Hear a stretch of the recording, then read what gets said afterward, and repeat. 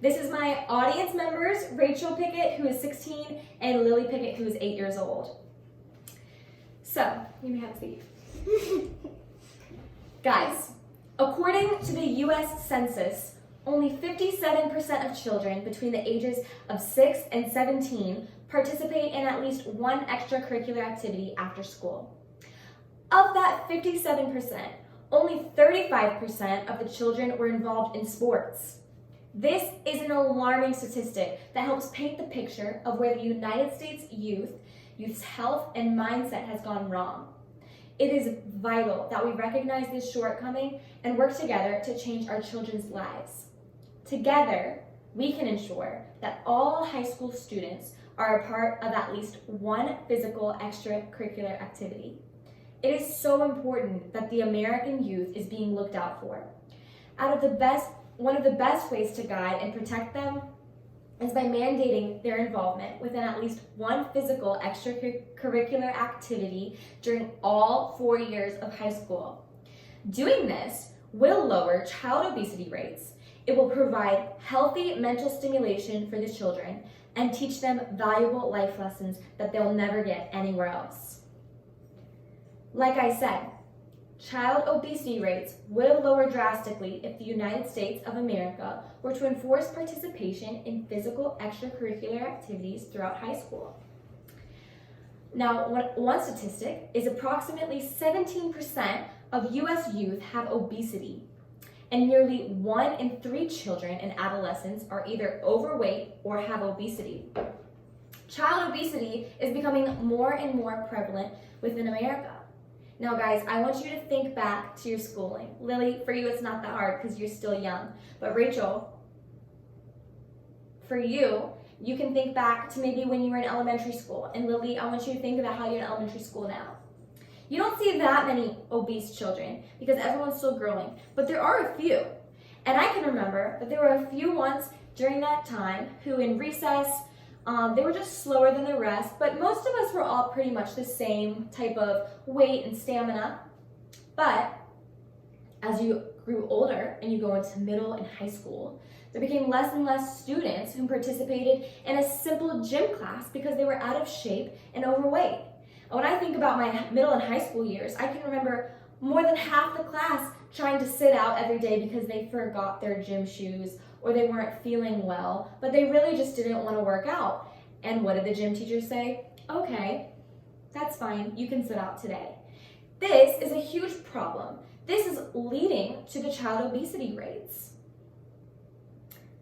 Another thing of why these children are obese and why it is important to have these physical extracurricular activities is because most children are picky eaters and they'll only eat unhealthy food, which adds on weight. Giving them an exercise regimen each year will help to keep off excess fatty weight. Now, although United States school systems have made a strong effort to rid the cafeterias of unhealthy food, they cannot prevent students from eating junk food from home or being at home and eating junk food. By having high school students partake in physical extracurricular activities in their older years, we can fight the battle of obesity that is slowly taking over America. Another way that this mandate would greatly impact our nation's children would be by giving them a healthy source of mental stimulation that they can't find elsewhere. The majority of high school students whom are not involved in an after-school activity will come home after school, and what will they do? They'll immediately turn on the television, they'll go on their phone or computer, or they'll play video games for hours each afternoon. Crazy. And I can say that I myself have done the same thing when I am not in an after-school activity, especially when I'm not in sports. By doing this every day, though, these children are essentially shutting down their brains and desensitizing their minds for hours on end. Think about it. If you get home at 3:30 and dinner is not till 7, that's 3.5 hours every day that a child is using their brains for absolutely nothing. And not only that, but is numbing themselves to a lot of things. So not only is it bad for their mental health, but it teaches them that it is okay to be lazy and unproductive when they are not required to be somewhere. When it's their own time, they are choosing that I will be lazy. Now, mental stimulation can come from physical activity, which in turn affects the longevity of a child's all-around health, their mind, and their body.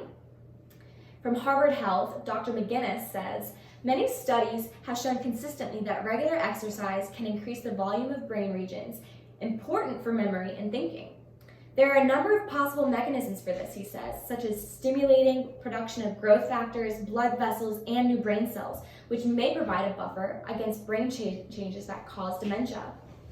It is vital that we target all areas of growth in our children's lives in order to help them become the best that they can be, while also training them in how to take care of themselves. Now, finally, the attainment of valuable life lessons is a beautiful reward that comes from the enforcement of high school students' involvement in physical activity outside of school. Studies have shown that sports teach children many key lessons in life. Certain drills and activities that take place account for the engagement and enlightenment of lessons that go far beyond the field or court. A quote from a study that was done about this fact is, in order to connect well with others, participants also learned how to communicate with others through a structured game play provided by the instructor. For example, Mr. Kim designed a game called Silent Soccer so that participants could experience the importance of active listening and respecting other people's feelings and thoughts. Commenting on how she learned communication skills, a fourth grade girl, Lily, that's close to where you are, JS said, when we played silent soccer, it was really frustrating because we couldn't talk. We had to focus on other people's gestures and signals and become more sensitive to other people's feelings to work as a team. Now, most personal qualities are learned and developed in humans at an early age, and they're difficult to change or alter once a person has passed the ages of maturation. Participating with a team and working towards something bigger than themselves will attribute to the maturity and inward growth that a child will develop before they leave the house and go into the real world. Because once a person has begun their own life as an individual, it is very hard to accept difficult life lessons and thought processes because they have thought one way specifically for so long. Have you ever tried to talk to a grown man who thinks one way? He's very stubborn about something. You're not going to be able to change what he says just by asking him to do a few drills. But with a child, they're still growing, they're still developing those thoughts and those ideas. And so these sports will help them develop thoughts and sensitivity towards sharing with one another or encouraging one another, and they will stick with them for the rest of their life. Now, some people will oppose this idea by suggesting that it may be an invasion of the child's choices and freedom. However, it is no different than children under 18 being required to attend school. Parents and students may view this proposition as a negative thing and as something that will harm the child and family. Markell in 2013 said that parents, in addition to coaches, can create high levels of stress and anxiety for the young athlete. A parent can inadvertently set a child up for failure by establishing unrealistic goals for performance and winning by forcing a young athlete to participate in sports beyond their readiness and interest. Markell is saying that some people may feel that this is overstepping boundaries into the child's choices and wants, and is essentially harmful to the child. And I'm sure many parents and students would feel the same way before they were able to educate themselves on why this is important and why this is integral. Now, school is already required for K through 12, so this new legislation would not be encroaching onto any freedoms that were not already required of children. Children are already required by law to go to school every day, so this would not be asking that much more of children and families. In fact, it could be easier for parents who work until 5 and would have to send their kids somewhere until they get off of work. Physical education is a required class for students in most grades. Therefore, this will only be an addition and advancement to the benefit that they get in a gym class. More and more children across America are battling obesity, as well as developing lazy patterns and missing out on major life lessons because there is a lack of child involvement in physical extracurricular activities. This is something worth putting our effort and our resources towards in order to make a difference in our youth.